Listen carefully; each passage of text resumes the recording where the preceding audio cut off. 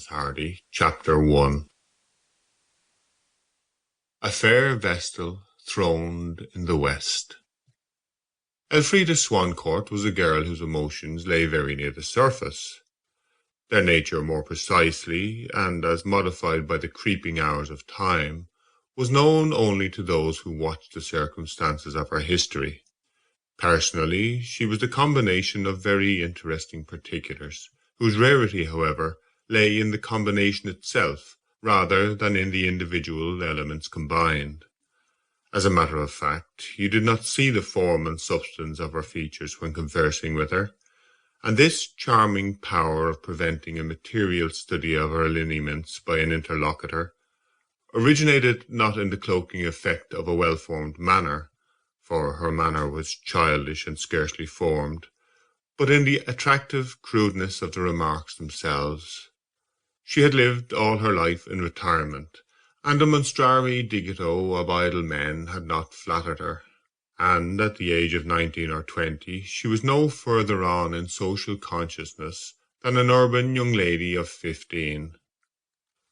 One point in her, however, you did notice. That was her eyes. In them was seen a sublimation of all of her. It was not necessary to look further. There she lived. These eyes were blue, blue as autumn distance, blue as the blue we see between the retreating mouldings of hills and woody slopes on a sunny September morning.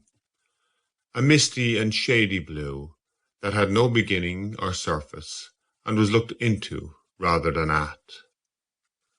As to her presence, it was not powerful, it was weak.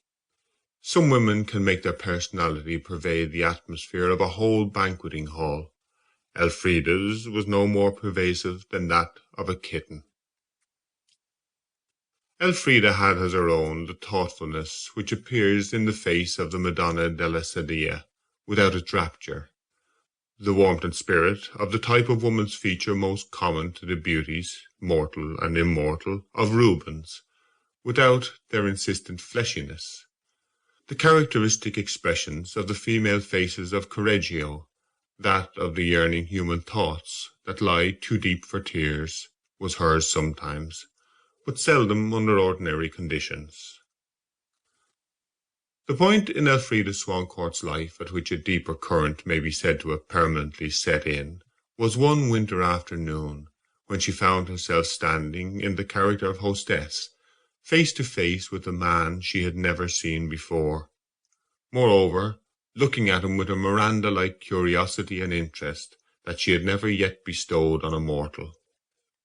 On this particular day, her father, the vicar of a parish on the sea-swept outskirts of Lower Wessex, and a widower, was suffering from an attack of gout.